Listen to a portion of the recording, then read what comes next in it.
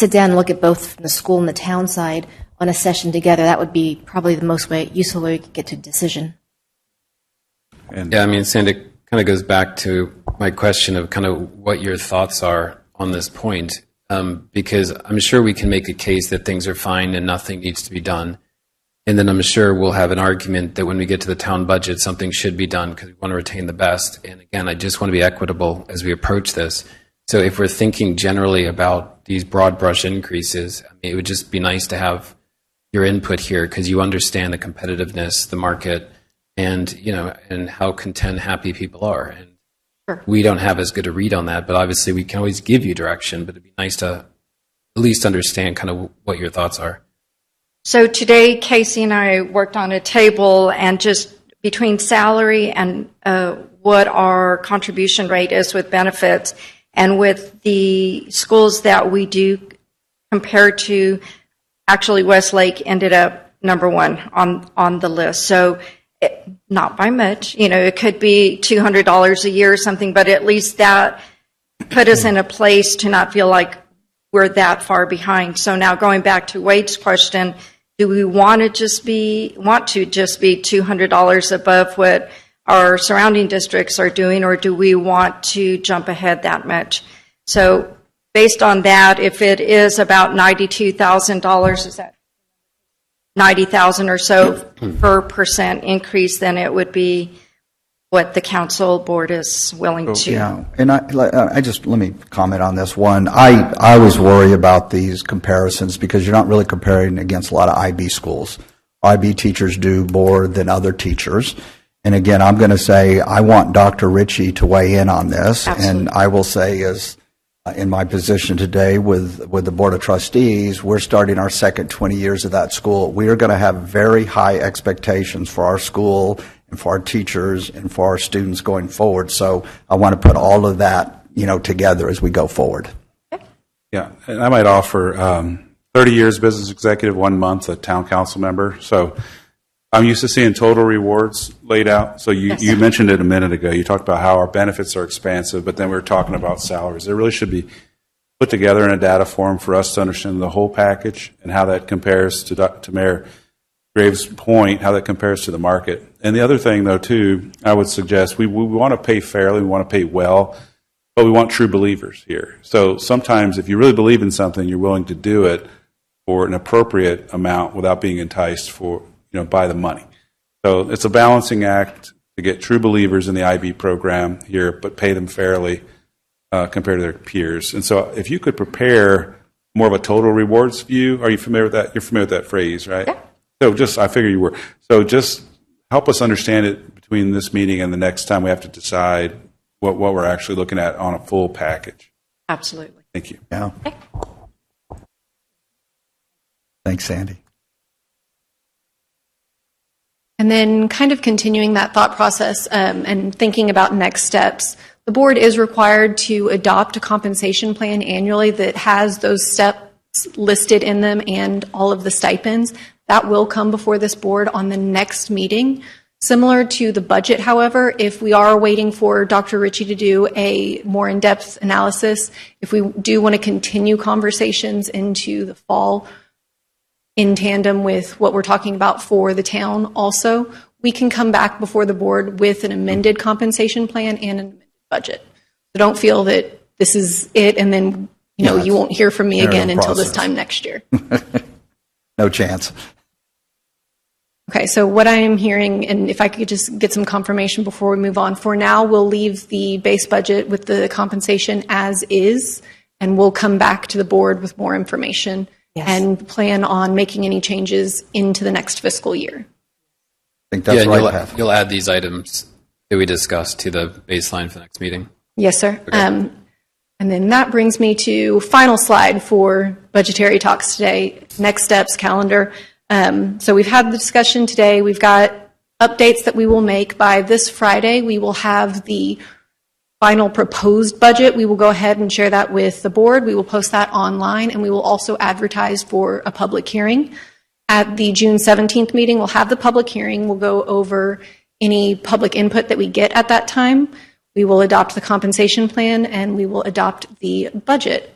Additionally, we will adopt the final fiscal year 24 budget amendment. And just a reminder, short year, it's going to be real weird. So, with that, are there any other questions on other the questions, Academy comments? budget? Okay, thank you As so always, much. Casey, thank you very much. It's 4:37. We will start the regular meeting. We'll start with Agenda Item E, Citizen Parent Comments. Yash Kumar. How are you? Good.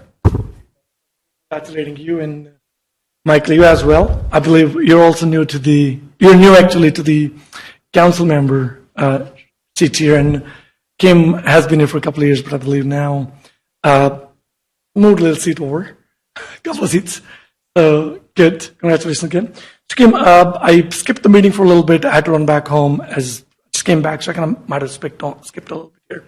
I had a couple of questions. The first one is on the school side. Obviously, team is new here. I've got 3 kids that go to Westlake Academy, and I kind of want to start listening to more of these and start attending the meetings and just see what's going on and how we are moving forward with the new leadership in town now, and what changes we'll be seeing, how we will be improving things, and how we're making the students' life better at the academy.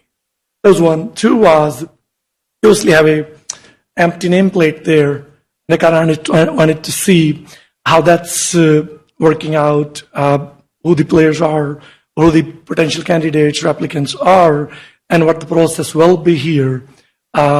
Basically, also to fill that out, just make sure kind of we understand who we are welcoming here, what the background is, how that's being qualified, and what the thought process is here with the leadership, so we kind of have a balanced team here, and things are kind of, I'm hoping to have the next 2 great years under your leadership, Kim, again here, and I'm hoping to see you for a long time. Basically, that's my question here. Thank you. Wade, we're not really able to address these, correct, in this forum? That's correct. None of that? I can't address you in this forum, but I can offline. Okay, perfect. Thanks, Kim. Yeah, Yogesh, there's an ordinance that we can't talk about a topic that's not on the open agenda. Got it. Okay, perfect. Sorry. Yeah, but we're listening. Any other citizen or parent comments?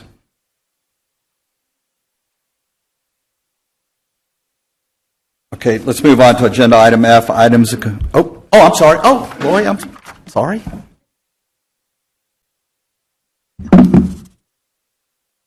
Good afternoon, fellow Westlake citizens and council members. As you all know, my name is Loy Lin, and I'm here today to address to open council about the seat that should be filled.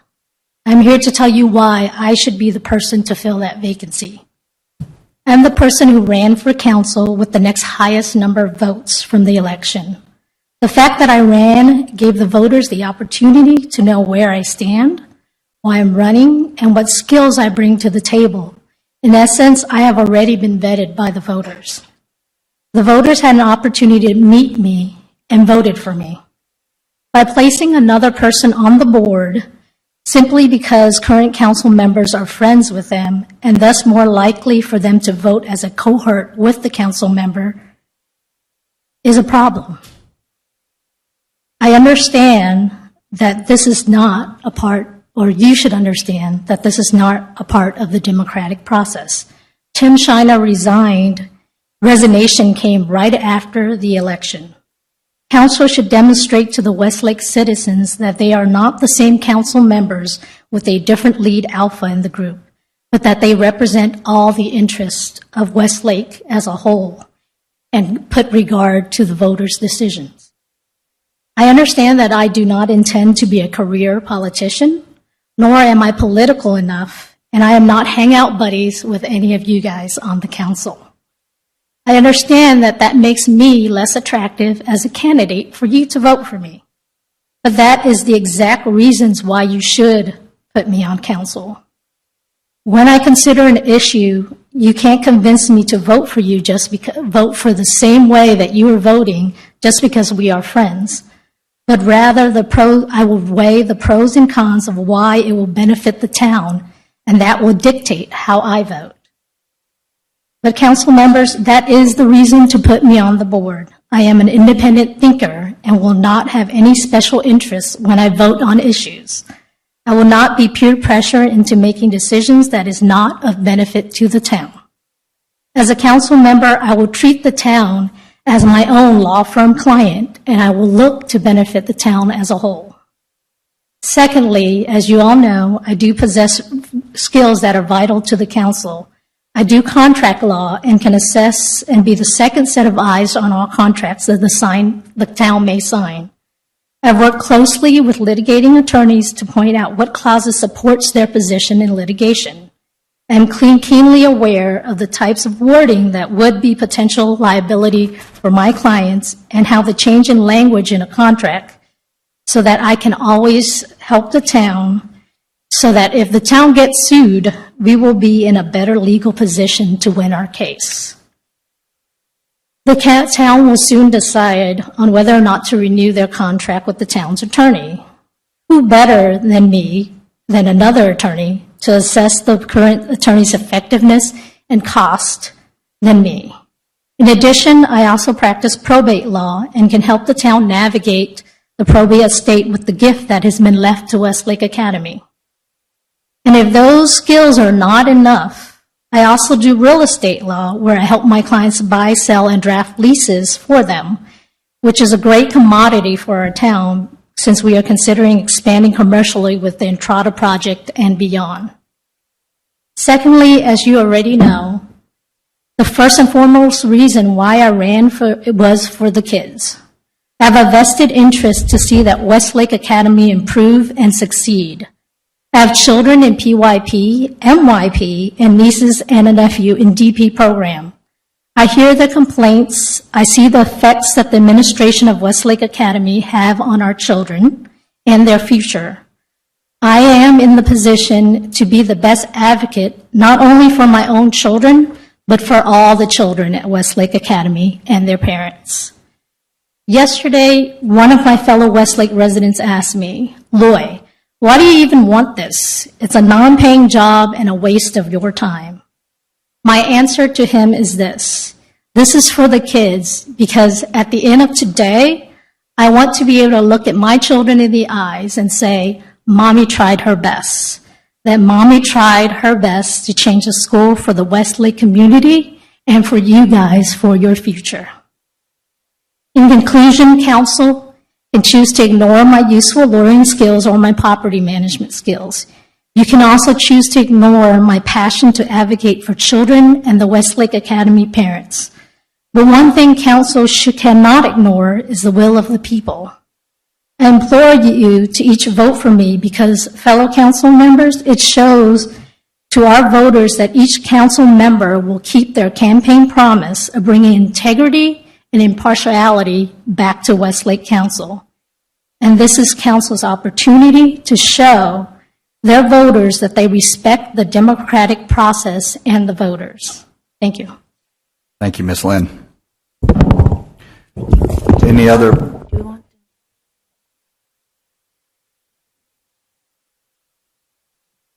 Do we have anybody else who would wish to speak?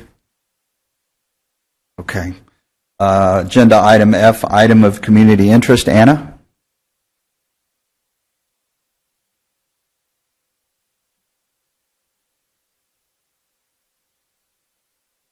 Good afternoon, Mayor and Council. John is not here today, so I'm filling in and letting you know about all of the awesome community interest items we have. We've had an incredible past few days celebrating our Westlake students. I think we had an event just about every single day last week that we were in attendance for. The senior banquet was beautiful event honoring students, parents, and teachers with heartfelt tributes and fun videos. If you were there, we showcased an array of videos that the kids really liked being a part of, and hopefully the parents enjoyed. On Saturday, we held our graduation ceremony at the Hearst Conference Center We had great speeches from our students, and a special thank you to Mayor Garish from Roanoke for a beautiful address. Congratulations to the class of 2024. This afternoon, actually, the class of 2023 is back on campus to receive their IB diplomas. The ceremony is taking place at 5 o'clock today, so congrats to those alumni. The June 4th Planning and Zoning meeting has been canceled. The next meeting is August 13th. Town offices are closed on June 19th for Juneteenth and will reopen Thursday, June 20th at 8 a.m. The Terra Lounge, just across the hallway here, is hosting a really wonderful event, Sip and Shop, on Tuesday, June 25th, 5 to 8. They're featuring local vendors, a mini market. They'll have food and drink specials, so come check them out if you're looking for gifts or just to support local businesses. And then two really important summer reminders. The first one is for everyone with upcoming travel plans, residents can sign up for Vacation Watch. It's a free service for all Westlake residents. So before your trip, you fill out a form, you return it to the Keller Police Department, and a police officer will go visit your property while you're out, and then you come back and let them know you're back home. The second one is regarding golf carts. The Keller Police Department has outlined laws to help residents better understand the rules. Some of the most important ones are that you can use a golf cart on a public road only when the posted speed limit is less than 35 miles per hour. The cart must be used during the daytime and can be up to 2 miles from the golf course for going to or coming. Really important, you must have a valid driver's license to operate a golf cart. Driving on the sidewalk or public trail is prohibited. However, private neighborhoods do have some different rules. We have all of those posted on our website, and if you have questions, you can contact the Keller Police Department. And then lastly, speaking of our website, on July 1st, you'll see a brand new redesign on our town website. Excellent. John and I have been working really everybody has been working for a couple of months getting our website cleaned up. The colors will match our town branding. We've cleaned up a lot of the pages. There's a ton of information on there, but it's not always easy to find. So we've been organizing those pages to look cleaner. That will be in effect July 1st. Excellent. Thank you. And I want to add, and to you and the town staff and all of the school staff, the end of the year activities were just wonderful, from the awards program that we attended, the mother of a graduate this year, the senior banquet and the graduation. I just cannot tell you how much I appreciate all that you do and how wonderful those events are as we send our kids into the next phase. So thank you all very much. Mayor and Council, before we move on, there's one correction. Anna was not privy to this knowledge, but we've had a couple of zoning cases come forward, so we will have a P&Z meeting on July 9th. Okay, good. That's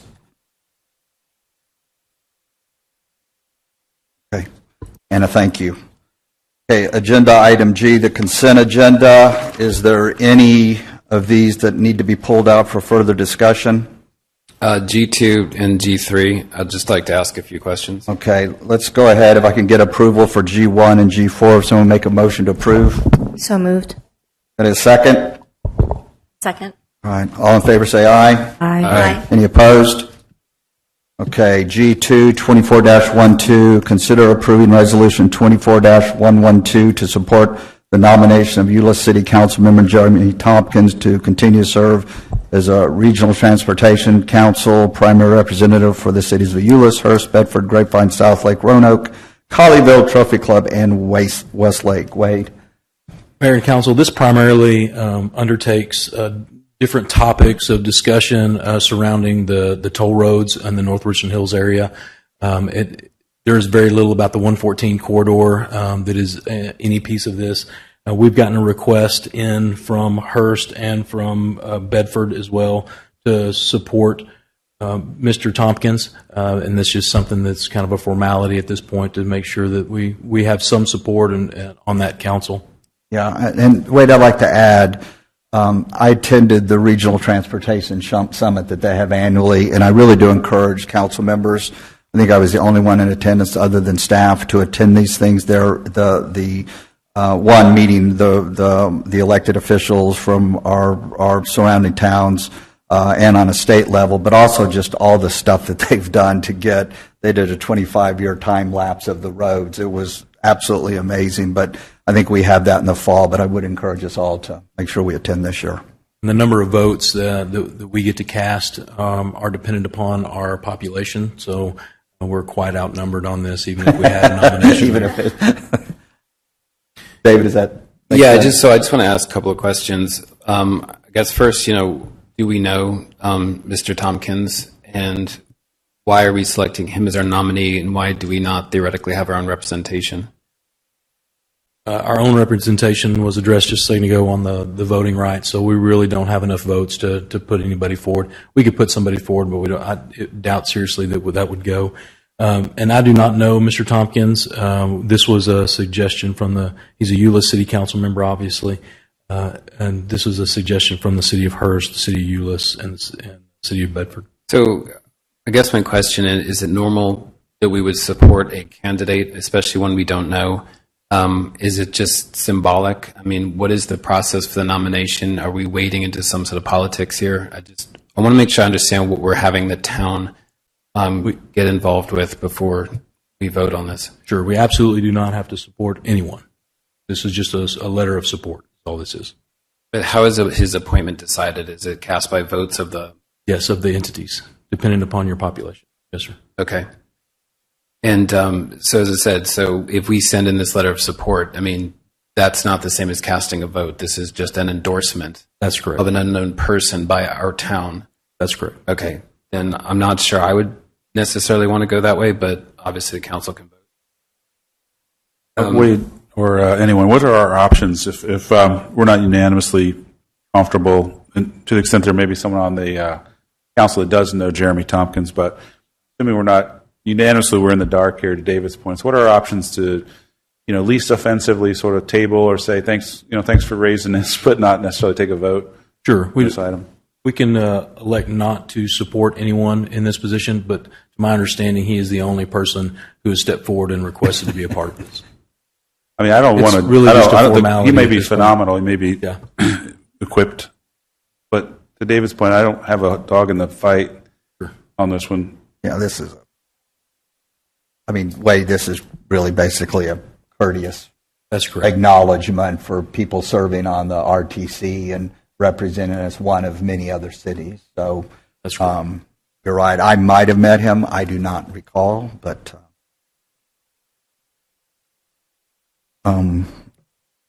before I go for let's go ahead.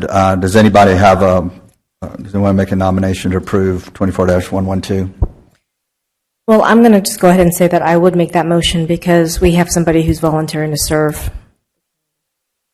Yeah, I don't see a I don't know downside. who's trying to run against him, and I feel like we're just getting involved in something we don't have all the facts. And to Mike's point, had he come and presented, had we just had a little bit of background, I would congratulate him for just the service to the community.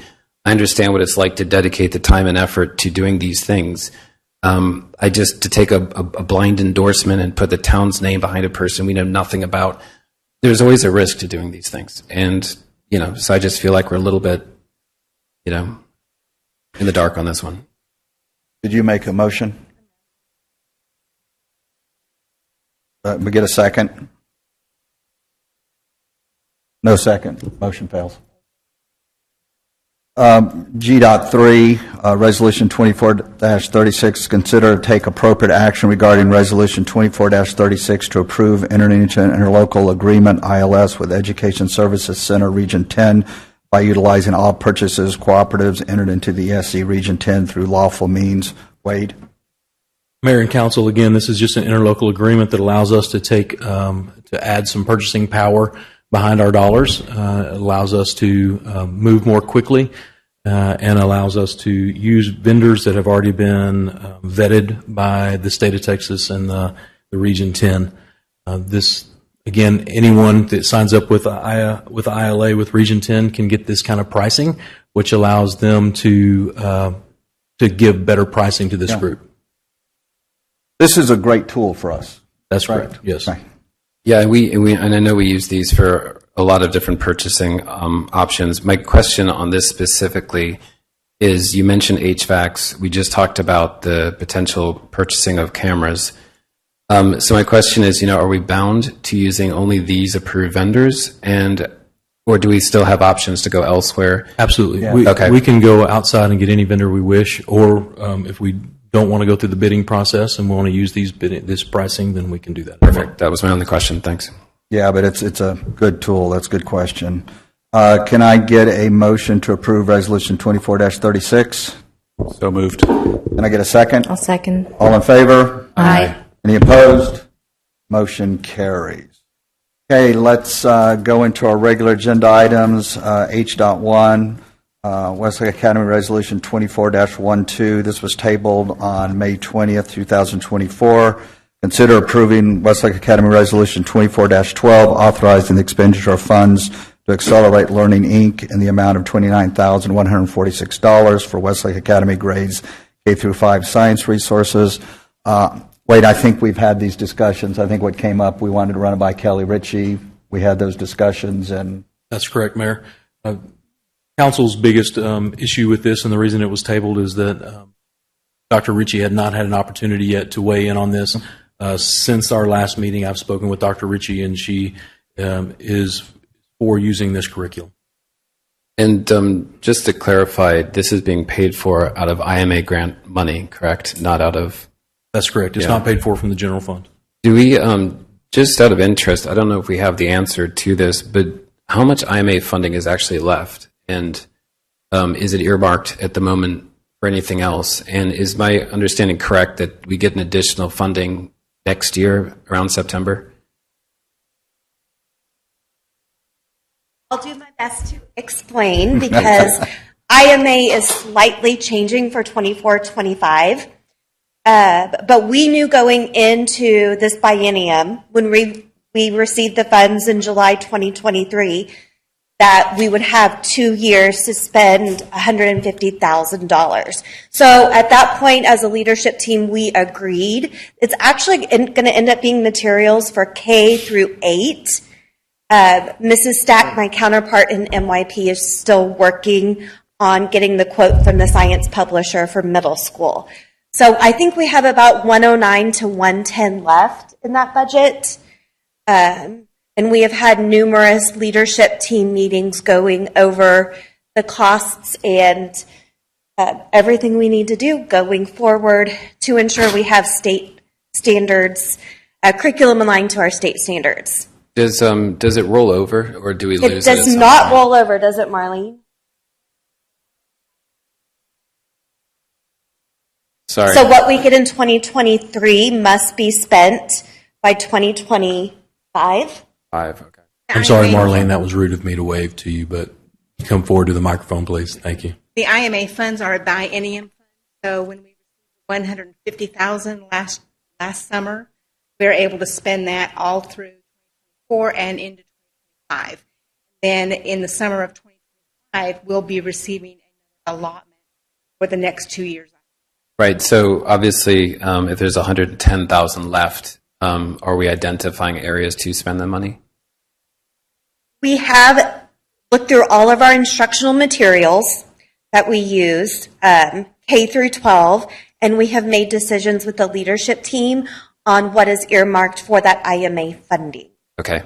And some of that money we've already been spending. Anything that has been under $20,000, we have gone through a curriculum review cycle with the staff, and that has been approved by the principals. So, but if you're saying there's 110 left and we're coming up to budget approval, at what point is the rest of this going to be spent, and how much of it has been identified for spending?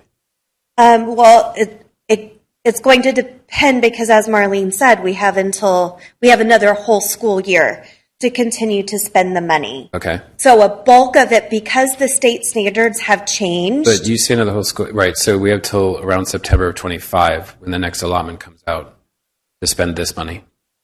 Mm-hmm. Okay, but that is this forthcoming year within the budget. And how much IMA money is allocated in the budget?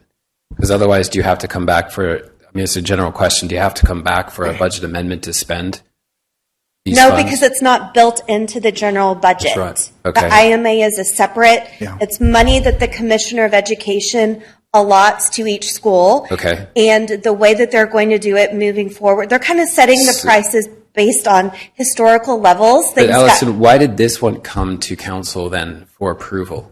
Because of the cost, anything Okay. above 20,000 Over the goes to 20,000 Got it. threshold we Okay. established. Okay. So we have purchased other components to this that were maybe $500 Got it. for Okay. individual readers in kindergarten. This is separate from math. Our math we've already purchased. Since this is 4 years, and we're also including science notebooks, so over that 4-year period, they will send us one consumable science notebook per child. And it will align with the digital platform. We're also getting hardbound, what they call STEMscopedias, a textbook with cross-curricular text. So we are trying to build more robust science materials. This product originally started at Rice University to help primary teachers bring STEM into the classrooms. It's since gone to accelerated learning, and we've been using it for about 9 years. We're just taking on more components since the standards have changed. Okay. No, thank you so much for the update. Appreciate Thank you. Thanks, Allison. Any other questions? Can I get a motion to approve Westlake Academy Resolution 24-12? Yeah, I'll make a motion. Can I get a second?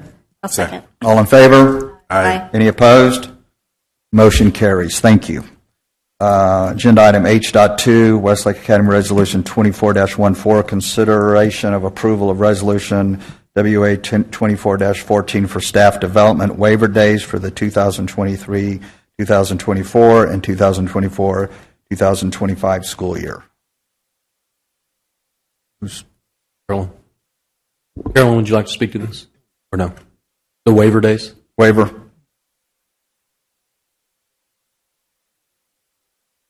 Okay. I think Darcy submitted all of the waiver days. These were for the day we had the water break at this school, as well as the one day when there's inclement weather coming through. She had to submit waiver days, I believe. So annually, the school gets so many snow days, or basically to be utilized however we need them, but we needed 2 more. We needed So 2 these more. is a request for an additional Yes. 2 waiver days. more. These were for the 2. Thank you for the explanation. Thanks, Carolyn. Anybody have any questions? Can I get a motion to approve WA Resolution 24-14? So moved. Can I get a second? Second. All in favor? Aye. Any opposed? Motion carries. Thank you. H.3, 24-168, discuss and consider approving deliberation of a motion to amend the previously adopted Ordinance 997, approving amendments to Ordinance 720 as amended, which includes the development plan for PD 1-2 Westlake Entrada zoning district, and take action. Wade? Mayor and council, at the last meeting, we ruled on this. There was some discussion after that by some council members that had some ideas that they wanted to bring forward and possibly reconsider this item. By law, we must do that at the next meeting. So this is merely a ask for a motion and a second and a vote to reconsider the item, and then the item is actually the next one on your list. Yeah, and I know Mr. Mickens is here. This is the discussion we had last meeting about we're a mixed-use development in Entrada, and really it was coming down where the houses would be located. I think we've all had discussions around that. I think I let everybody on council know we are working, and Wade, please jump in on a new development plan through the developers. Yes, sir. That's one of the things we should see on July 9th. Okay, and That's P&Z, and then council on the 17th of July. That's a big deal, to get that moving. Who has questions around? So, Mayor, I think just Yeah. procedurally, I would make a motion that we deliberate on a motion to amend the previously adopted ordinance 997 so that we can deliberate. Is that how this works? Yes, sir. Do what? Need a motion and a second to deliberate, and So get a motion to deliberate. Can I get a motion to deliberate? Did you just? Yes, that's the motion I've put to deliberate. Okay, can I get a second? The second. All in favor, say aye. Aye. Any opposed? Motion carries. So now we're going down to ordinance 997A, discussing considered motion to amend the previous adopted ordinance 997, approving amendments to ordinance 720 as amended, which includes a development plan for PD 1-2 Westlake Entrada. Zoning district, the Westlake Entrada development includes 109.12 acres, generally located east of Davis Boulevard, south of State Highway 114, and north of Solano Boulevard, and take appropriate action. Okay, Mayor, thanks, we have Mike. Ms. Helen Eve Beadle to give us a presentation. Thank you, Mayor and Council. So just to briefly recap what you all talked about at the last meeting and what we're looking at today, the subject properties outlined in yellow is in the Entrada. It's a little over 2 acres, known as Block P. It's currently on the development plan as non-residential commercial uses. And the applicant had turned in a development plan for the Block P, which identifies 2 commercial lots at the far northeast corner and then far at the southwest corner. And then there are 18 single-family detached lots in the middle. There are 12 larger lots along the southern portion where you see the bright green, and then the pale green in the northwest corner are the smaller single-family developments. A couple of the items in the request that we do need to consider is that the public improvement district and the service and assessment plan still needs to be updated to reflect this, should you all choose to move forward with amending the ordinance. The Planning and Zoning Commission, they had reviewed this at their May 7th, and if most of you would remember, their recommendation was to permit the commercial lots, but don't take action on approving the single-family lots. Right. So that's what the ordinance that was before you last time reflected. And staff recommended approval as originally presented. And so this evening, you have the opportunity to make a motion to amend the previously adopted ordinance to reflect the original application or some other motion, however your desire is to move forward. And I'll be happy to answer any questions that you might have. Open up for questions. Yeah, so last meeting, I think obviously we had talked about the proposed plan to develop the residential and 2 commercial lots. I think council was pretty unanimous in supporting the B1 Bank development on the northeast corner of this Block P. But there's a lot of questions raised about the residential, why residential was being included in Lot P, why there's residential encroaching near to the 114. And my understanding was that we were going to try to have a workshop on this point with the developers so we could better understand the residential component in the context of the broader development plan. So, look, Mayor, I understand that you and 2 council members went and met with the developers, and I would urge that when these sort of activities are coming back to council, that council at large be given an opportunity to participate in those meetings, because I think it otherwise just creates an unfairness in access to information. So I guess the big question is, what has changed that suddenly has convinced this to come back in its current form with the 18 residential lots when there was so much doubt presented by council last time? Yeah, if I may, David, this is council crosstalk now, but as I recall, 997 before, it only included the 2 commercial buildings, as you described, one on the one side, one on the other. So what we actually were approving was just these 2 buildings with the rest of the block unidentified. So that's my recollection on and this is different. I want to make sure I understand this. That's correct. Helen, what's being asked of us today is to approve the entire block. Correct. Including the residential, which is different than 997, which only gave us the 2 commercial buildings on the corners.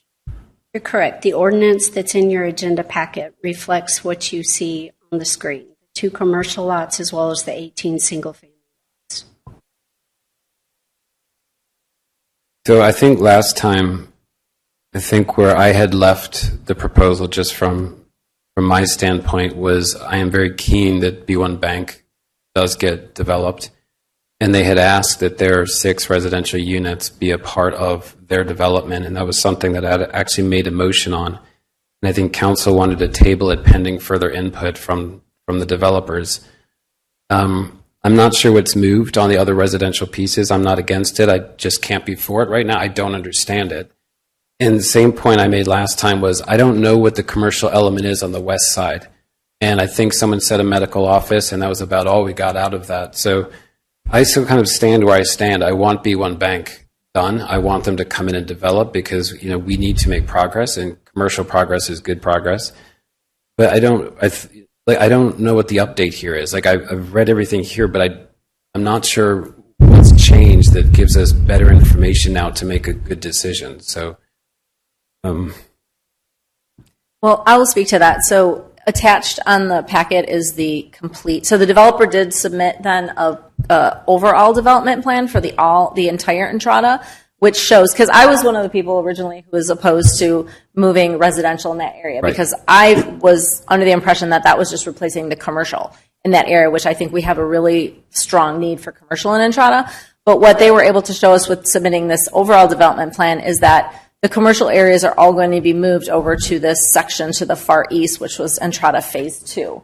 And so they've outlined, basically, they're not replacing commercial, they're just reallocating where things are in the development. And I think that helped me to support the introduction of residential in that area. So the commercial piece being moved to the Phase 2 114 frontage was sort of adopted around the same time that the CoreLogic property came up, and 54-odd residential units were approved to be developed there. So that was something that was kind of well understood.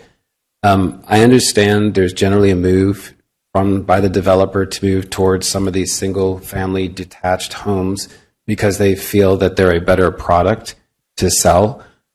I guess, there was doubt sown in the last meeting about putting residential here. Like I said, no new information has come to council.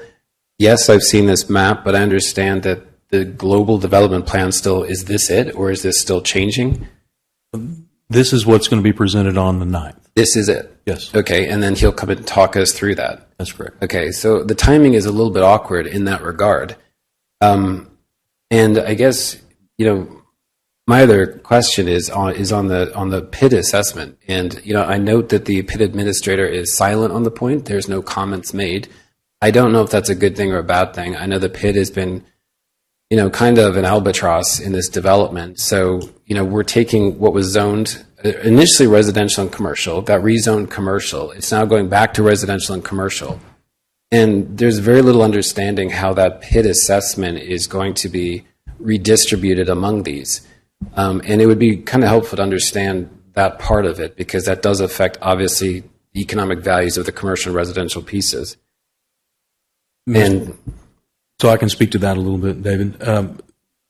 So the developer will be required to make a prepayment for anything that is above and beyond what the residential carry.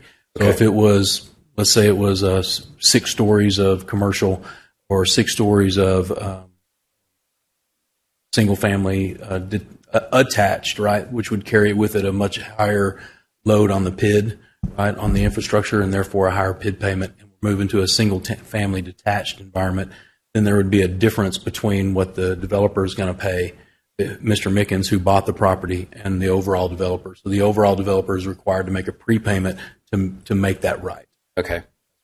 So that's the way the entire PID has worked. Every time we've approved anything that is outside the normal PID structure or the SAP right now, which is out of date, and we are working towards. We've actually almost got it finished, and it has been moved to this map, just so that we have an idea of what that's going to look like for the new development. But every single time we've approved anything that was outside that SAP, that is what's been going on. So the developer is having to come in and make a prepayment to offset that difference. So because we can move around that. Can we see the numbers, though? I mean, can we get the PID assessments so we have an understanding of what's being attributed to these? It'd just be nice as we're delving deeper into Entrada generally to have a better understanding, because I think we all want to see this get developed out. And it's just, I feel like we're playing catch up every time a new item from Entrada comes to council. And I feel like we really do need to get out in front of it. So it becomes more of a seamless. We can bring back that to council, but the PIT assessments themselves have not changed from the very beginning. But It's again, still the if SAP. we could kind of bring those together with, some of these proposals, it'd be nice to evaluate that at the same time. My other question is on P&Z. So I assume this has not gone back to P&Z, and so their recommendation still stands, and that is not to do any residential, but to approve both commercial lots. Is that correct? That's correct. So I don't know. I feel like, somebody maybe can help me out here. I feel like we've not really made progress since the last meeting. We don't have any new information other than this theoretical PID assess or this development plan update. But again, we're just having the same discussion with. Yeah. So, David, you know the rules. We couldn't have anybody in that meeting, so I apologize for that. We can do it as long as we publish it as an open meeting. We can We'll have take a care of workshop. it. Here's my take on spending. Entrada's been sitting there going on 11 years. I think we need to step back and define the roles of planning and zoning as well as the council. What we're really talking about is we're well within our residential units of Entrada of 322. 43% of that 322 is either in process or built. This actually reduces a little density, I understand, from the original plan. And I don't know that if we have an investor that is bringing a bank in and wants residential, I just don't know who we are to say no to it as long as they comply with everything else of our building standards. Completely agree, and that's why I made the motion last time for that exact point. Well, that's why it's back here. I started meeting with B1 Bank before I even became on council 2.5 years ago. They want to get this thing moving. We're literally just talking about where the Lego pieces are here. So I support this zoning. Yeah, I support the B1 Bank, but what I don't understand, it would just be nice to get a refresher on the context of these other residential properties. I'd like to understand what this other commercial piece is going to be and what the general plan is. I feel like we're so close to having that meeting, and yet here we go again in being asked to vote on something out of context.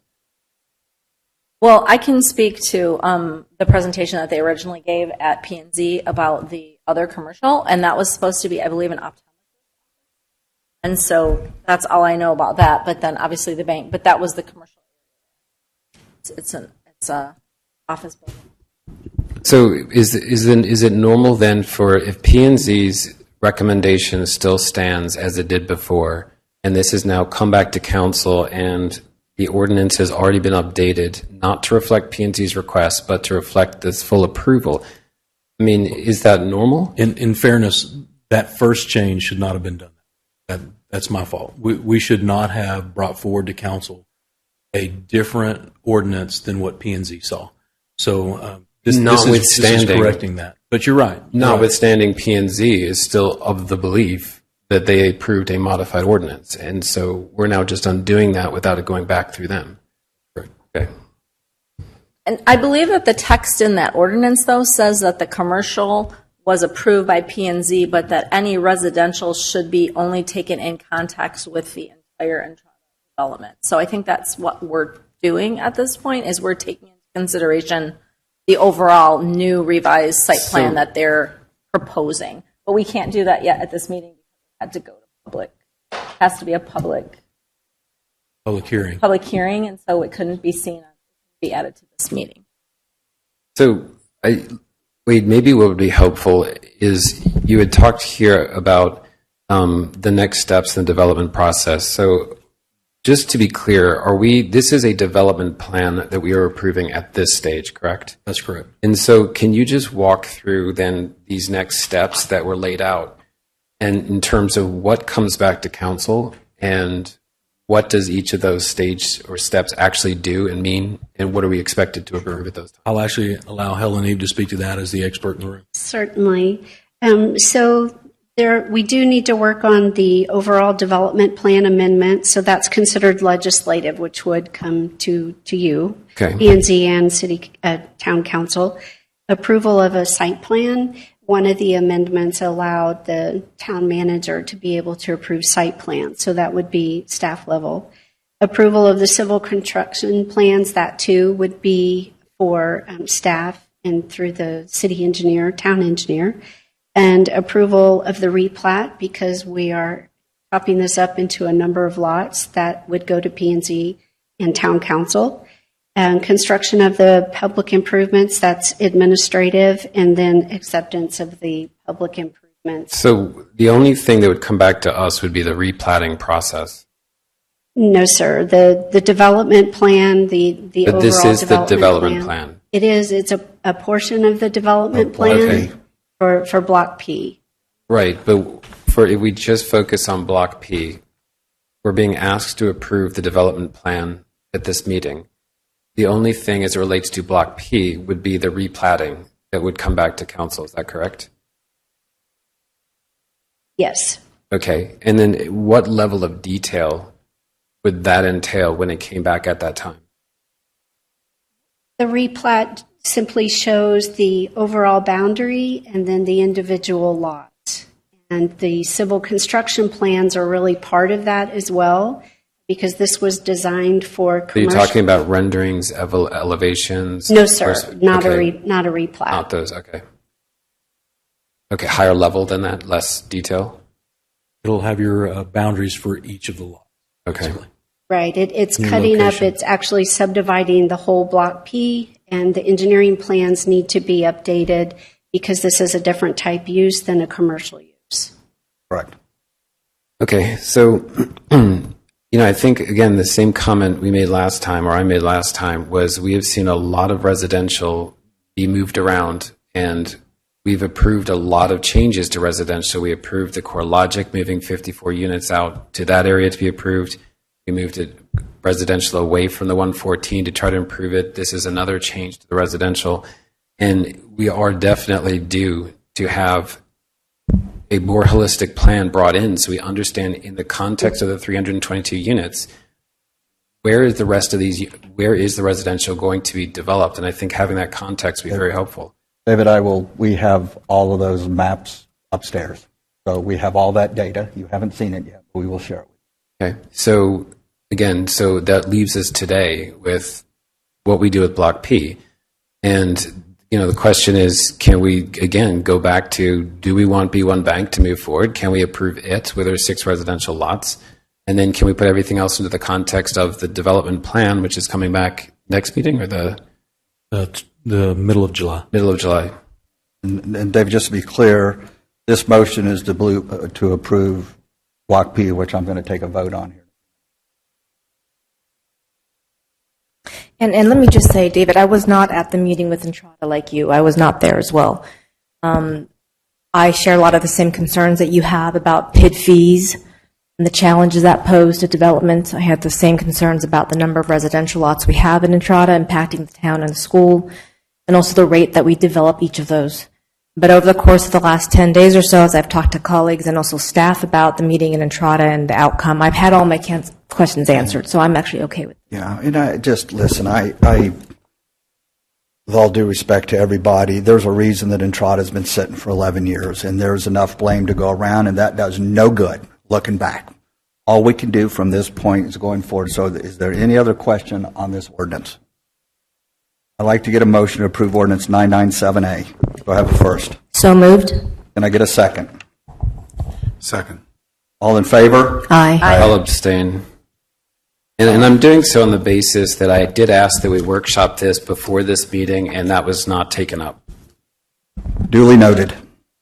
Motion carries. Agenda item H.5, 24-161, discuss, consider, and approve ordinance number 998, establishing a process for non-payment of utility bills for the town of Westlake. Casey?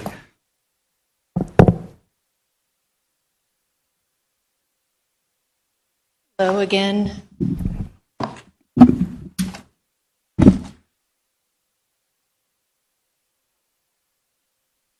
Right. So, Mayor and Council, this ordinance is before you to introduce a topic that we have been silent on historically within the town of Westlake, and that is how do we make people pay their water bills? Historically, the mood of the town was, if you live in Westlake, you're good for it, which is all well and good until they move away. So what this ordinance is doing is codifying an actual process for us to charge late fees, outlining when staff contacts those past due balance holders, what we do as far as what's required by the Texas Administrative Code, and then what happens whenever we get to a point of doesn't look like they're ever going to respond, how do we turn that over to collections in order to make our utility fund as solvent as possible. And so going through this, what you'll see in your agenda packet is the ordinance. There's 2 attachments for the ordinance. One specifically outlines those schedule steps, and then the second one talks about the different fees. You'll notice that within each of those attachments, we've broken down the categories within our utility fund based on usage type. So residential, commercial, and temporary meters.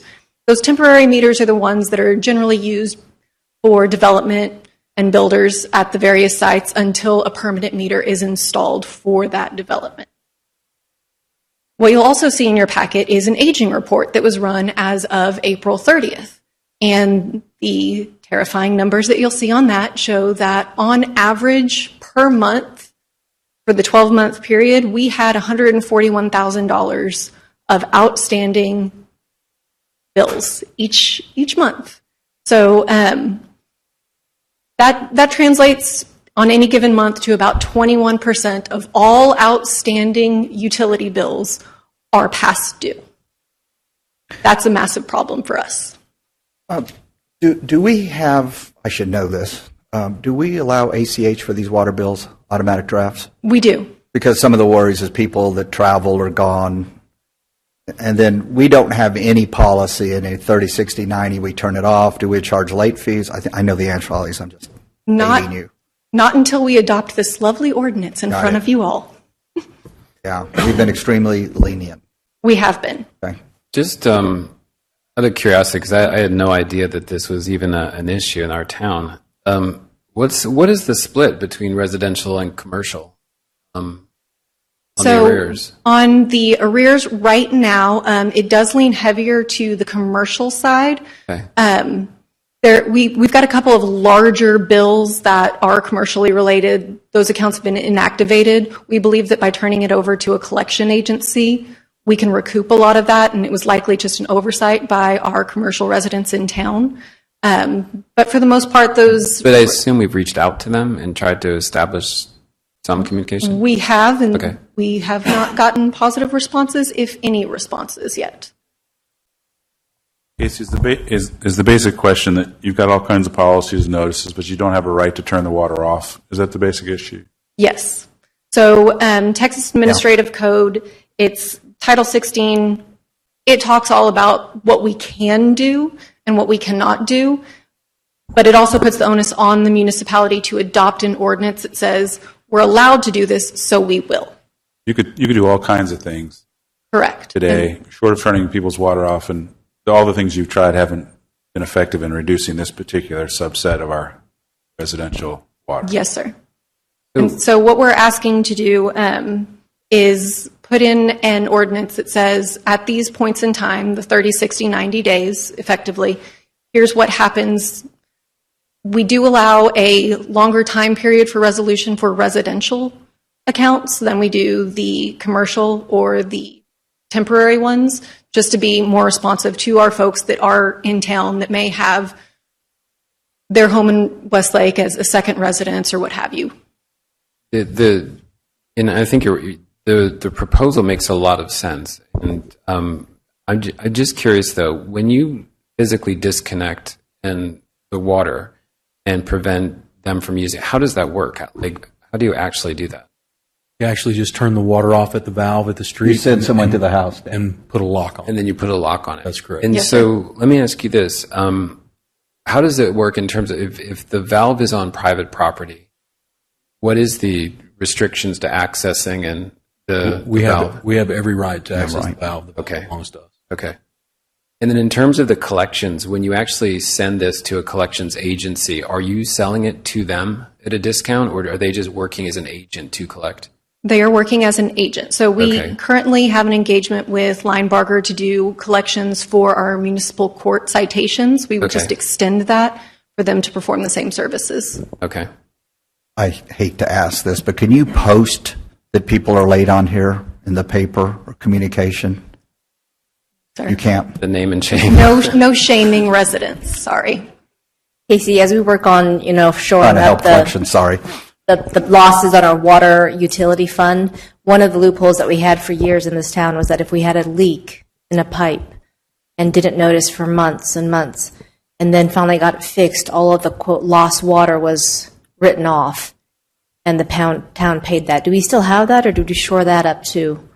The answer is yes to both things. What you'll see within those attachments to the ordinance, there is some language in there about forgiveness of late penalties or leak adjustments, granting one per rolling 12 months with a maximum of 2 over a rolling 36 months. And then for the leak adjustment specifically, we ask for documentation that it was fixed. And there's a time frame to fix, right? Yes. Yeah, because I think we got timed out because we didn't realize it was leaking. So. And for that, I will do a plug for Ion Water. Please go onto our website and sign up. You can actually monitor all of your water usage, particularly with the storms that we've had and summer months coming up. Fun fact that very few residents realize that if you have a power surge, your sprinkler system may reset itself, and you could be watering every day, even on all of this rain, at 3 a.m. So pay attention. Can Great you, point. Sounds good. just while we're on the topic, can you educate us on the temporary water? There's a reference to the temporary water. Is it meters or valves that are in issuance? Those are going to be the fire hydrant meters that builders and developers come and pick up from Town Hall Okay. specifically, and then they install them while they're doing kind of that first pass of development before a permanent meter is installed in the Got it. ground. Okay. They're required to report the water usage each month.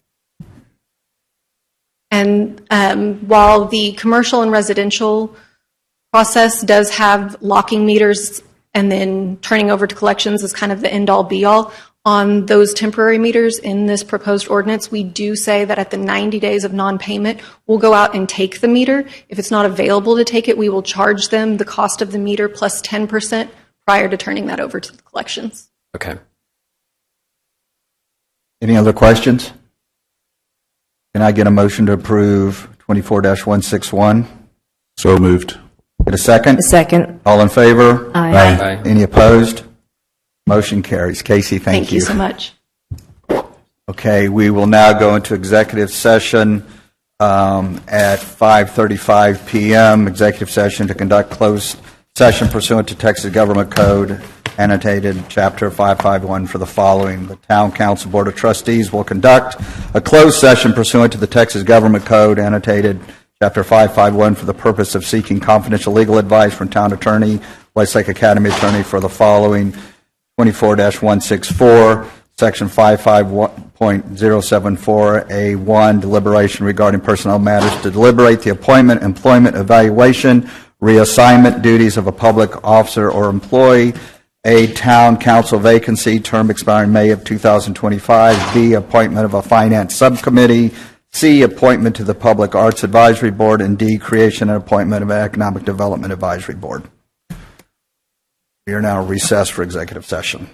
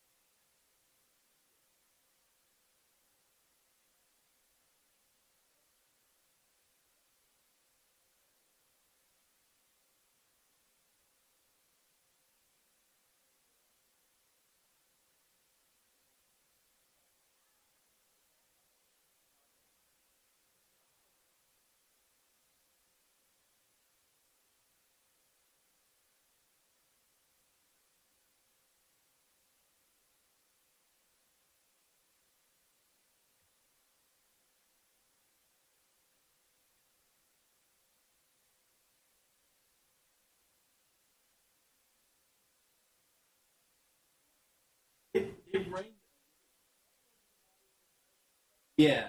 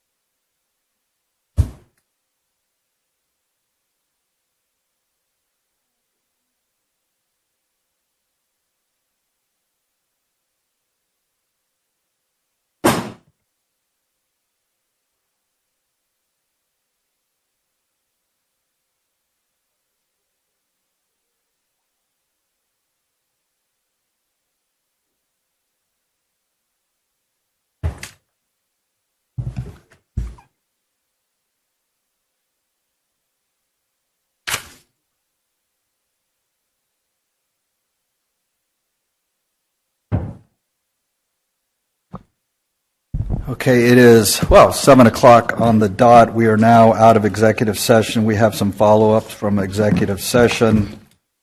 Agenda item I-1, 24-164. Is there an appointment for the town council vacancy term ending May of 2025?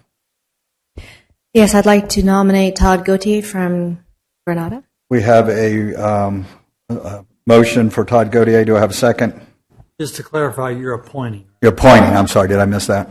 Darn, I got corrected. I spoke too early. We're appointing. We're appointing Todd Gautier. Do I have a second? I'll second. All in favor? Aye. Aye. Any opposed? Motion carries. Todd Gautier will be our next council member. Congratulations, Todd. Appointment of a finance subcommittee. We had a motion for David Quint and Micah Salta. Can I get a first? I'll make a motion. Can I get a second? I'll second. Thank David Quint, Micah Salta, appointed to our finance subcommittee. Thank you, gentlemen. Appointment C, appointment of a public arts advisory board. There was a motion to nominate Kim Graves. I'll second. All in favor? Aye. Any opposed? Motion carries. Did we vote? Did we vote on the second? Okay. Mayor, we got to go back on the finance subcommittee. Oh, we didn't get a second? We got a first and a second. We did not vote. Oh, I'm sorry. All in favor for David Quinn and Micah Salta for the finance subcommittee? Aye. Any opposed? Motion carries. And that's it from takeaway from executive session. Wade, do you want to do a staff recap and council direction? Sure. Very quickly, in the interest of brevity, when we're looking at future agenda items, there's an update in the packet on all the future agenda items that were provided and what work has been done on each. When each of those get to a point where we can bring it before council, we'll do so. So please watch the packet for those updates. Also, I've got 2 additional future agenda items that have been brought forward. One is a briefing from our school attorney on school choice and how that might affect the academy. Good. So we'd need a second from a council member in order to put that on the list. I'll second. Okay. And then the other one is for a request for an RFQ or request for qualifications for town attorney and academy attorney. Yes, and I put that one on. I think it's been a very long time since we've done a look at our legal services, and I'd like to put in our. Okay. Have a second? Second. Okay. Both of those will be added to the future agenda items list. All right. Just real quickly, because I know we have a council member that needs to leave, for council recap. We're going to take a look at the paraprofessionals, and we're going to take a deeper dive into those positions. We're also going to look at the year-to-date actual for staff development subtotals. It's really going to be your year-to-date actual versus your requested budget on several of the larger line items there. We're going to, staff's going to have a look at turnover and report back to council for both the town and the school. We're going to regroup on all pay together. We're going to group all pay together into total rewards. We're going to address that for the academy. And then lastly, bring forward the PID SAP changes with the development plan change coming before council. Anything else? I just want to, this is really our second full meeting, and I just can't thank you all enough for, we have new council members, how everybody's conducting themselves, and the business we're getting done, so thank you very much. Next town council Board of Trustees meeting will be held June 17th at 4 p.m. If there's no other business, we adjourn the meeting at 7:04. Thank you. Done and done.